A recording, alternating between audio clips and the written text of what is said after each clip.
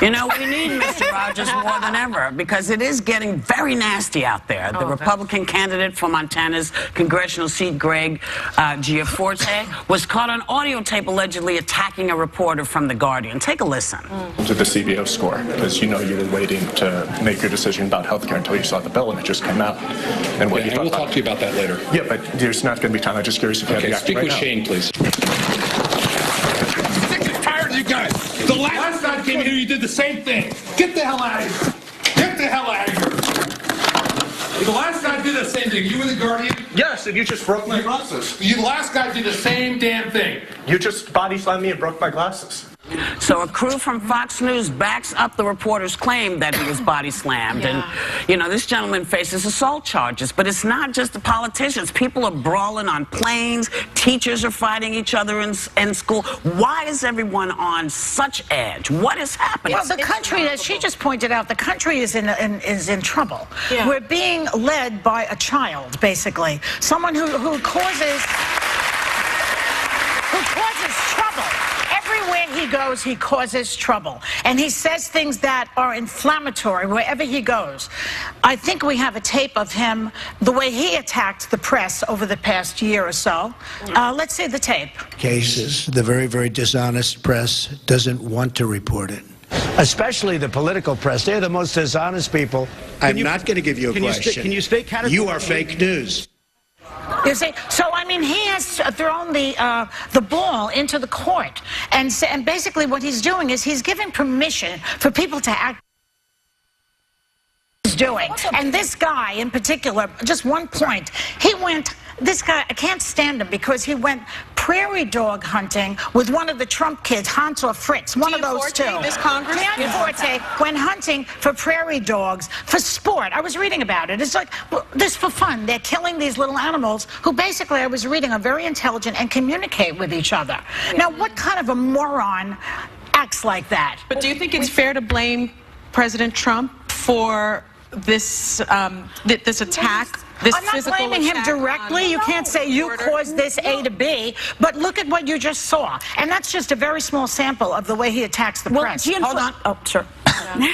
We're going to keep talking about this when we get back. Remember where we were. We'll be right back. This reporter said, quote, "It's unfortunate that this aggressive behavior from a liberal journalist created this seat at our campaign volunteer barbecue."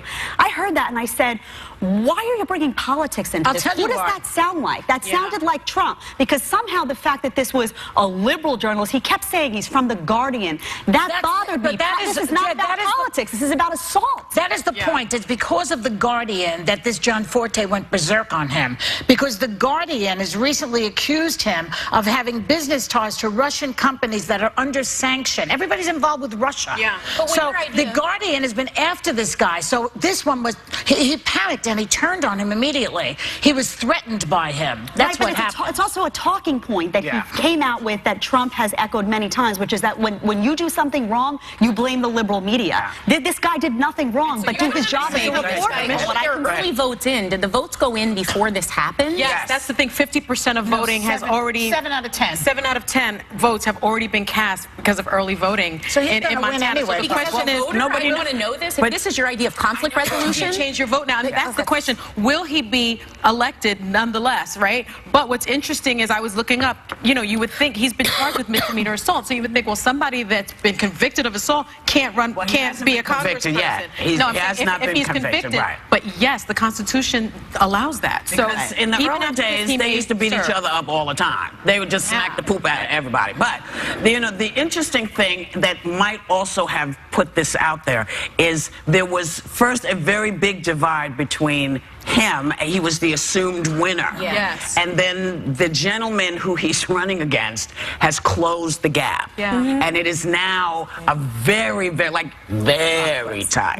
People in Montana have to come out. But folks are, you know. He got, Trump won by 20% more in that area. Yeah, but you know what? It's Trump land. But it may be Trump land, but, you know, people have been watching what's been going on, and we don't know how people feel. So I would not ever write off or say that this is a done deal because we never know. I will say, as a journalist, I feel that the media is under attack, constantly under attack. Yeah. We are on the front lines, and it is a very uncomfortable place to be, but it's such an important place to be because it's of the First Amendment. We have to report these Why things. would you run for public office, though, if you don't... sorry to cut you off, Sonny. Why would you run for public office if you can't take a tough question? Well, because we've seen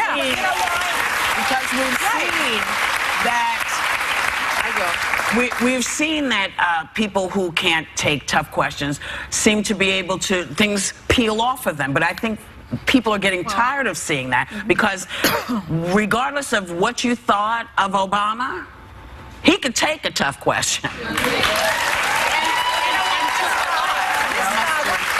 About this guy. This guy made millions and millions of dollars before he was 30 years old. Yeah. Then he got bored. This is because he has to have something to do. That's what this is about. Well, I have a must-do, to be fair.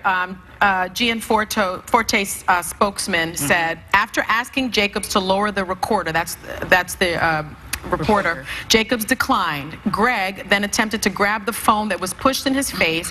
Jacobs grabbed Greg's wrist and spun away from Greg, pushing them both to the ground. It's unfortunate that this aggressive behavior from a liberal journalist created this scene at our campaign volunteer BBQ. I have to say, though, that the Fox News reporters that were there say that did not happen. That No this one has report was not corroborated that aggressive. story. Has corroborated this story except this guy. And you know what? Just because you call somebody liberal media does not mean you can put your hands on them. That's right. Sorry. Yeah. We'll be right back.